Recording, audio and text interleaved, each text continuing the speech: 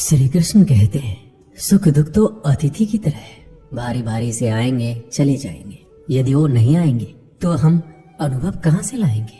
खामोशी से भी कर्म होते मैंने देखा है, पेड़ों को छांव देते हुए। गुस्सा आए तो रुकना सीखो, गलती हो जाए तो झुकना सीखो।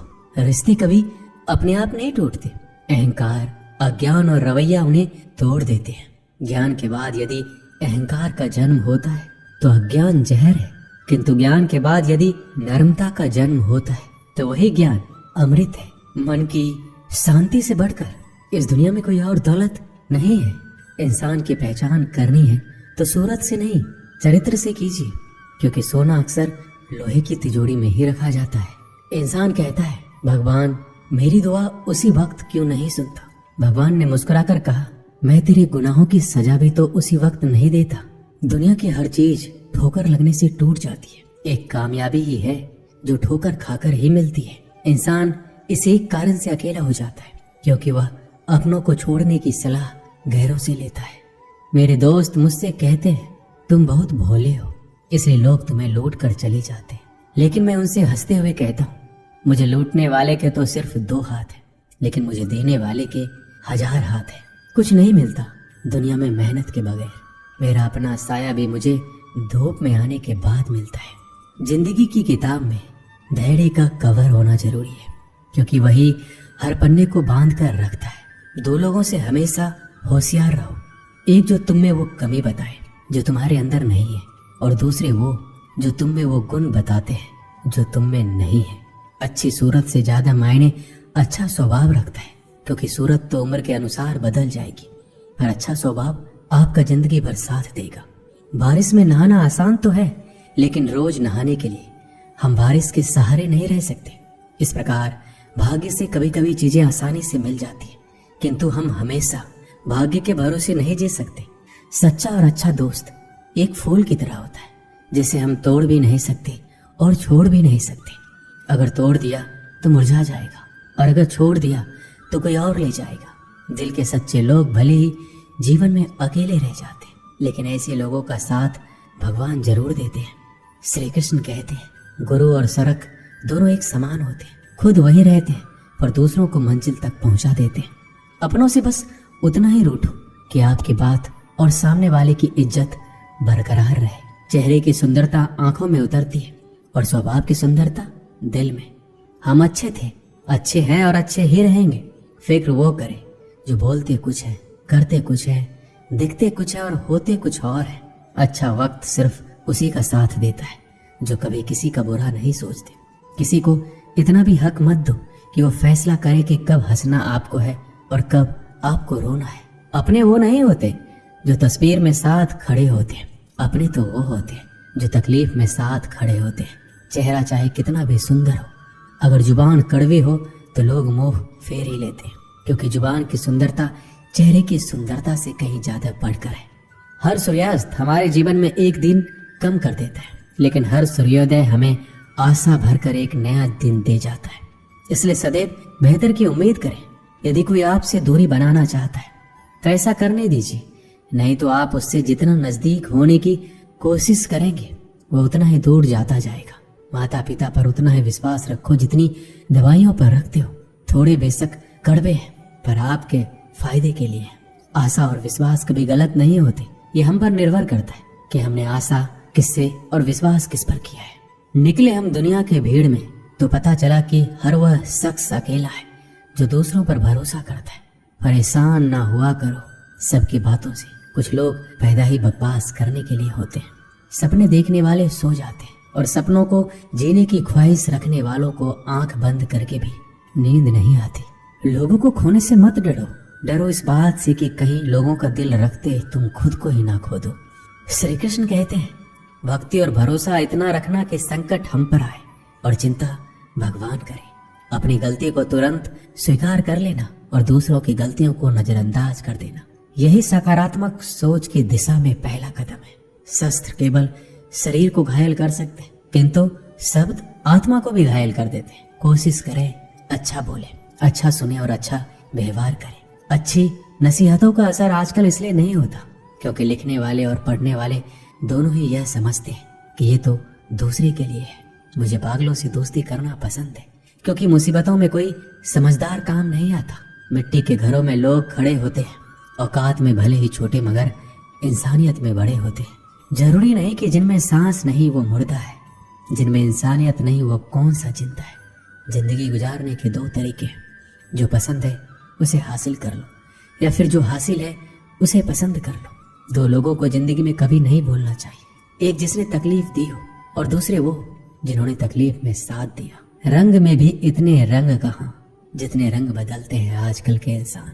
संस्कार किसी विश्वविद्यालय में नहीं मिलते, घर के माहौल में ही मिलते हैं। अकेले कमाते और पूरा घर खाता है तो घमंड मत करना, ऊपर वाले को धन्यवाद करना कि इस भले काम के लिए भगवान ने आपको चुना है। दिल में हो जज्बा कुछ कर दिखाने का तो जलते दिए को भी आंधियों का डर नहीं होता। जो दिखता नहीं है वो बुनियाद होती है, वो चाहे ईश्वर हो, संस्कार हो या विचार हो। कभी सोचा है पानी से जुदा होकर मछलियां क्यों मर जाती है? क्योंकि उन्हें नहीं मालूम था कि किसी की नजदीकियां पहले आदत, फिर जरूरत, फिर जिंदगी बन जाती है। भाषाओं का अनुवाद हो सकता है, भावनाओं का नहीं। कभी कभी कदर और एहसास के लिए जरूरी है कि कुछ वक्त उससे दूर रहा जाए। याद रखना, अक्सर वही लोग हम पर उंगली उठाते हैं जिनको हमें छूने की औकात ना हो। आजकल दुनिया में इंसान की कीमत उसके चले जाने के बाद पता चलती है। जब कोई व्यक्ति अपनी समस्याओं को आपके सम्मुख रखता है तब वह आप पर ईश्वर के जैसा संपूर्ण विश्वास रखता है। समय बताने वाले बहुत है, पर समय पर काम आने वाले बहुत कम। अपनी किस्मत को दोष कभी मत देना। आप इंसान बनकर पैदा हुए हो, ये किस्मत नहीं तो और क्या है। काश लोग समझ जाए कि रिश्ते एक दूसरे का ख्याल रखने के लिए बनाए जाते हैं, एक दूसरे का इस्तेमाल करने के लिए नहीं। जो कदर नहीं करते उनके लिए लोग रोते हैं, और जो हर किसी की कदर करते हैं उन्हें लोग अक्सर रुलाते हैं। ये दुनिया वाले भी अजीब हैं। दुनिया तो आपके राह में पत्थर फेंकेगी, लेकिन यह आपके ऊपर निर्भर करता है कि आप इस पत्थर को कैसे इस्तेमाल करते हो। दूसरों पर वही पत्थर फेंक कर या अपनी कामयाबी का पुल बनाकर। जिंदगी में कभी भी निराश मत होना। क्या पता कल वो दिन हो जिसका तुम्हें बेसब्री से इंतजार था। किसी को कभी दुख मत देना, क्योंकि दी हुई चीज एक दिन 1000 गुना होकर लौटती है। वक्त के साथ सब कुछ बदल जाता है, लोग भी, रास्ते भी, एहसास भी, और कभी कभी हम खुद भी। हर खोई हुई चीज ढूंढने पर मिल सकती है। विश्वास एक बार खो जाए तो क्या दोबारा मिलेगा? कैलेंडर हमेशा तारीख बदलता रहता है, पर एक दिन ऐसी भी तारीख आती है जो कैलेंडर को ही बदल देती है। इसलिए सब्र रखिए, वक्त हर किसी का आता है, बस मेहनत करते रहिए। हम तो मजाक में भी किसी को दर्द देने से डरते हैं। ना जाने लोग कैसे सोच समझकर दिलों से खेल जाते हैं। जिंदगी आखिरकार रुला ही देती है, फिर चाहे हम माँ बाप के कितने ही लाडले क्यों ना हो। किसी से प्यार करो तो बेशक करो, बस उम्मीद मत रखो, क्योंकि तकलीफ प्यार करने से नहीं उम्मीद रखने से होती है। लोगों की निंदा से परेशान होकर अपना रास्ता ना बदलना, क्योंकि सफलता शर्म से नहीं साहस से मिलती है। सलाह के 100 शब्दों से ज्यादा अनुभव की एक ठोकर इंसान को बहुत मजबूत बनाती है। सारे वजन उठाकर देख लिए, दाल रोटी ही सबसे भारी है। धैर्य रखिए, कभी कभी जीवन में कुछ अच्छा पाने के लिए सबसे बुरे दौर से गुजरना पड़ता है। हर इंसान में कोई ना कोई प्रतिभा जरूर होती है, लेकिन लोग अक्सर इसे दूसरे जैसे बनने में नष्ट कर देते हैं। जो बुरा लगे उसे त्याग दो, फिर चाहे वो विचार हो, कर्म हो या मनुष्य। जिंदगी में हम कुछ नया इसलिए भी नहीं कर पाते क्योंकि हमें लगता है कि दूसरे नहीं कर पा रहे हैं तो हम कैसे कर सकते हैं। जिंदगी में कैसा भी मोड़ आए कभी हिम्मत मत हारना, क्योंकि तुम्हारी हिम्मत ही तुम्हें हर कठिनाई से बाहर निकालेगी। एक बात याद रखना, पूरी दुनिया जीत कर भी अगर आपने माँ बाप का दिल नहीं जीता तो वो हार के समान है। एक समय की बात है, एक राज्य में एक पराक्रमी राजा का शासन था। उसकी कोई संतान नहीं थी। ढलती उम्र के कारण राज्य के भावी उत्तराधिकारी को लेकर वह अत्यंत चिंतित था। अनेक वैद्यों को दिखाने के बाद भी वह संतान सुख से वंचित ही रहा। अंततः उसने राज्य के ही किसी योग्य नवयुवक को राज्य की बागडोर सौंप देने का निश्चय किया। भावी उत्तराधिकारी के चयन हेतु उसने योग्यता परीक्षण का आयोजन किया। इस हेतु एक शानदार महल का निर्माण करवाया गया। महल के दरवाजे पर गणित का एक समीकरण अंकित कर पूरे राज्य में घोषणा कर दी गई कि राज्य के सभी नवयुवक महल का दरवाजा खोलने आमंत्रित है। दरवाजे पर अंकित समीकरण हल कर दरवाजा जो खोलने में सफल होगा उसे महल उपहार स्वरूप प्रदान किया जाएगा। और साथ ही राज्य का उत्तराधिकारी भी घोषित कर दिया जाएगा। घोषणा के दिन से ही उस नवनिर्मित महल में नव युवकों का तांता लग गया। सुबह से लेकर शाम तक नवयुवक वहां आते और दरवाजे पर अंकित गणित के समीकरण को हल करने का प्रयास करते, किंतु आश्चर्य की बात यह थी कि कोई भी उसे हल नहीं कर पा रहा था। कोई उसे लिखकर या याद करके जाते और घर पर उसका हल निकालने का हर संभव प्रयास करते, किंतु फिर भी असफल रहे थे। कई दिन बीत गए। राजा के बड़े से बड़े गणितज्ञ भी उस समीकरण का हल निकालने में असमर्थ रहे। तब राजा ने दूसरे राज्यों के गणितज्ञों को आमंत्रित किया। दूसरे राज्य के गणितज्ञ आए और गणित का वह समीकरण हल करने लगे। जैसे जैसे दिन ढलता गया, एक एक करके गणितज्ञ वहां से जाते गए। अंत में मात्र 3 लोग शेष बचे। उनमें से 2 दूसरे राज्य के गणितज्ञ थे, किंतु तीसरा गांव का एक साधारण सा युवक था। दोनों गणितज्ञ जहां गणित का समीकरण हल करने में लगे हुए थे, वो युवक एक कोने में खड़े होकर उन्हें देख रहा था। राजा ने जब उसे यूं खड़ा देखा तो पास बुलाकर पूछा, तुम दरवाजे पर अंकित समीकरण हल क्यों नहीं कर रहे? युवक बोला, महाराज, मैं तो बस यूं ही इन नामी गिरामी गणितज्ञों को देखने आया हूं। ये अपने राज्य के इतने बड़े गणितज्ञ हैं, इन्हें समीकरण हल करने दीजिए।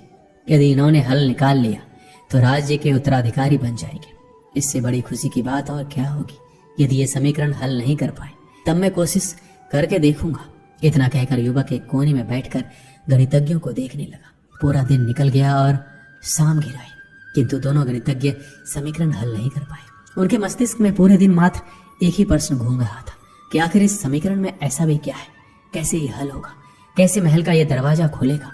पूरा प्रयास करने के बाद भी वो समीकरण हल नहीं कर पाए। उन्होंने हार मान ली तो कोने में बैठा युवक उठकर दरवाजे के पास गया और जाकर उसे धीरे से धक्का दे दिया। जैसे ही उसने दरवाजे को धक्का दिया, दरवाजा खुल गया।